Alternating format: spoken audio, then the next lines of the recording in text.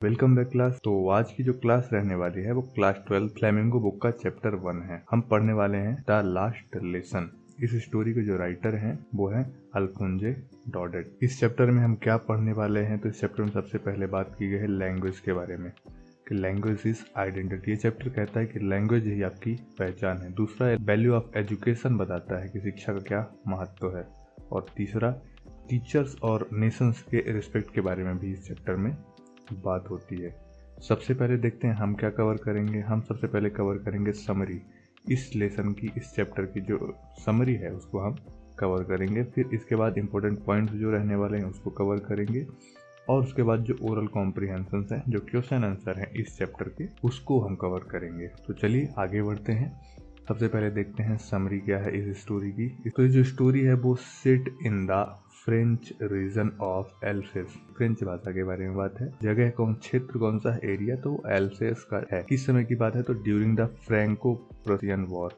जो ये Franco Prussian war चल रहा था उस समय की ये स्टोरी में बात हुई है। जो ये स्टोरी है, the story follows French. French जो है वो इस स्टोरी का मेन कैरेक्टर है। ए यंग बॉय, फ्रेंच एक यंग बॉय है। Who arrives late to school, जो अराइव्स आता है, लेट मतलब देर से, स्कूल स्कूल जो देर से आता है। ड्रेडिंग, ड्रेडिंग यानी डरा हुआ है, घबराया हुआ है। क्यों?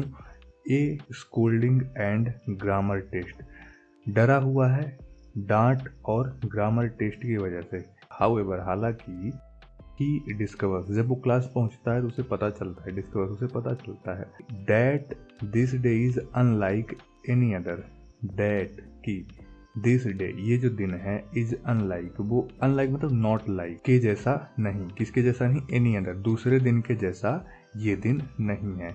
तो क्या अलग है इसमें, तो अलग है, it is the last French lesson to be taught in the class. कह रहा है कि आज जो है यहाँ पे the last French lesson to be taught, आज जो है तो फ्रेंच का लास्ट लेसन सिखाया जाना था इन द क्लास, क्लास में। As the Prussian authority have ordered, जैसा कि प्रशियन अथॉरिटी ऑर्डर, उनके जो उनका जो आदेश है उसके हिसाब से आज फ्रेंच का आखिरी लेसन होने वाला है। दैट की ओनली जर्मन, सिर्फ जर्मन बी टॉट हेंसफोर, मतलब अब से जो है तो सिर्फ जर्मन बी टॉट, सिर्फ जर्मन सिखाई जाएगी।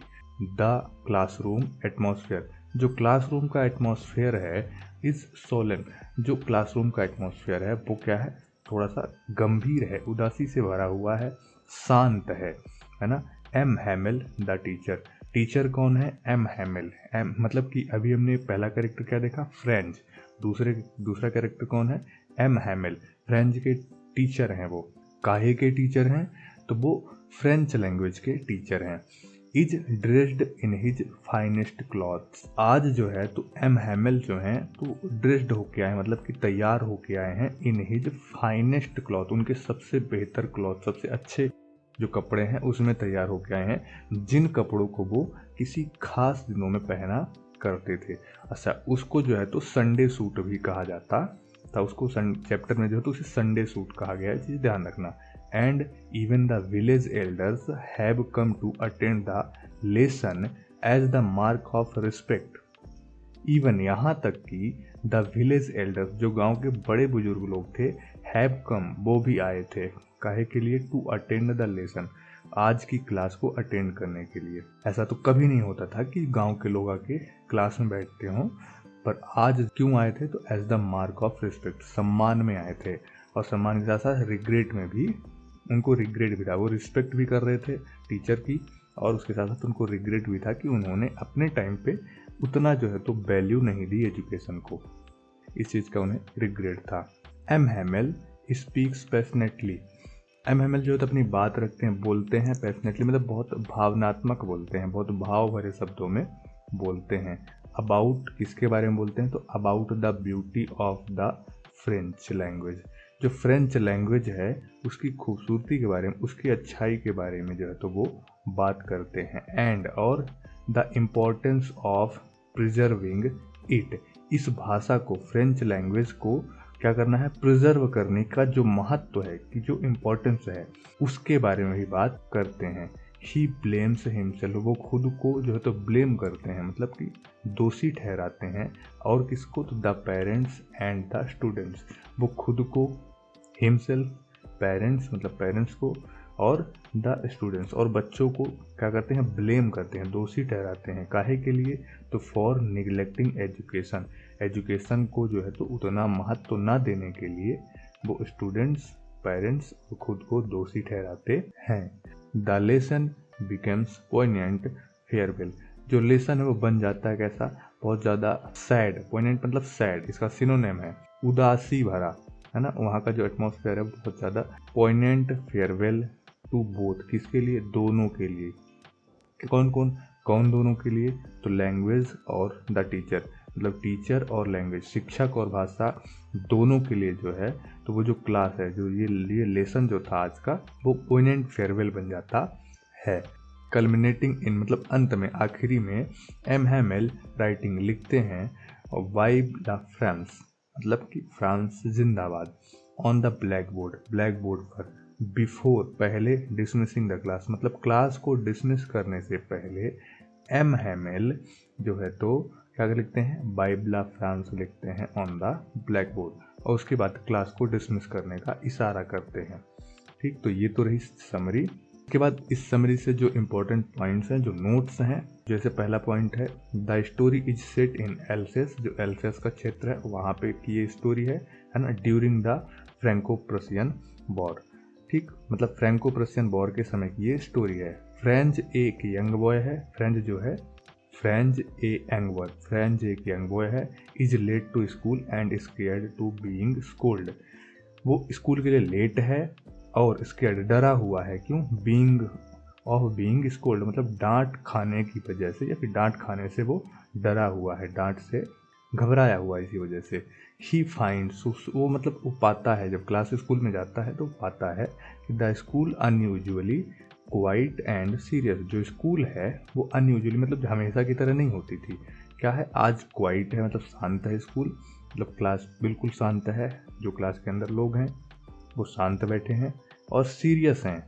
एम हैमेल जो है तो अनाउंस करते हैं it is the last French lesson, M Hamel जो है तो टीचर हैं, वो अनाउंस करते हैं, वो बताते हैं कि इट इज़, यह जो है तो द लास्ट फ्रेंच लेसन, आज जो है तो फ्रेंच लैंग्वेज का आखिरी लेसन होने वाला है। German will be taught from next day, अगले दिन से फ्रेंच की जगह जर्मन भाषा सिखाई जानी थी। Everyone, including village elders, attend the class to show respect and regret. Everyone, हर कोई, including मतलब शामिल थे या फिर मिलाकर किसे? विलेजर्स एल्डर मतलब विलेज के जब बड़े बुजुर्ग जो थे उनको भी, वो भी शामिल थे। अटेंड द क्लास, क्लास को अटेंड कर रहे थे, काहे के लिए? तो टू शो दिखाने के लिए, रिस्पेक्ट एंड रिग्रेट, तो रिस्पेक्ट और रिग्रेट को दिखाने के लिए गांव के एल्डर्स भी जो है आज क्लास में शामिल थे। एम हैमेल स्पीक्स मतलब एम हैमेल बोलते हैं, इमोशनली मतलब थोड़े से भाव में बोलते हैं, about the importance of language and education, full emotion के साथ बोलते हैं, about the importance of language and education, education की और लैंग्वेज, एजुकेशन और लैंग्वेज के इम्पोर्टेंस के बारे में, महत्व के बारे में आज जो है तो वो इमोशनली बोलते हैं। तो the story ends with M Hamel writing, मतलब कि स्टोरी खत्म होती है एम हैमेल के लिखने के साथ। क्या लिखने के साथ? बाइबला फ्रांस, जब वो बाइबला फ्रांस लिखते हैं ऑन द बोर्ड, उसी के बाद जो है तो यहाँ पे स्टोरी खत्म होती है। मार्किंग ए पैट्रियोटिक फेयरवेल, मतलब एक देशभक्ति से भरी हुई उनकी विदाई होती है। ठीक है, इस चैप्टर का ओवरऑल कंक्लूजन क्या है? चैप्टर कहता है कि language is not just word, मतलब कि जो भाषा है वो इज नॉट जस्ट वर्ड्स, मतलब वो सिर्फ शब्दों का जो है तो समूह नहीं है। फिर क्या है? इट इज़ आइडेंटिटी, ये पहचान है, और कल्चर है, और फ्रीडम है। Education should never be taken for granted, जो शिक्षा है उसको कभी भी जो तो टेक फॉर ग्रांटेड नहीं लेना चाहिए। फिर रिस्पेक्ट योर टीचर्स का सम्मान करना चाहिए, and they shape your future silently, क्योंकि दे शेप योर फ्यूचर, वो तो बनाते हैं तुम्हारे फ्यूचर को साइलेंटली।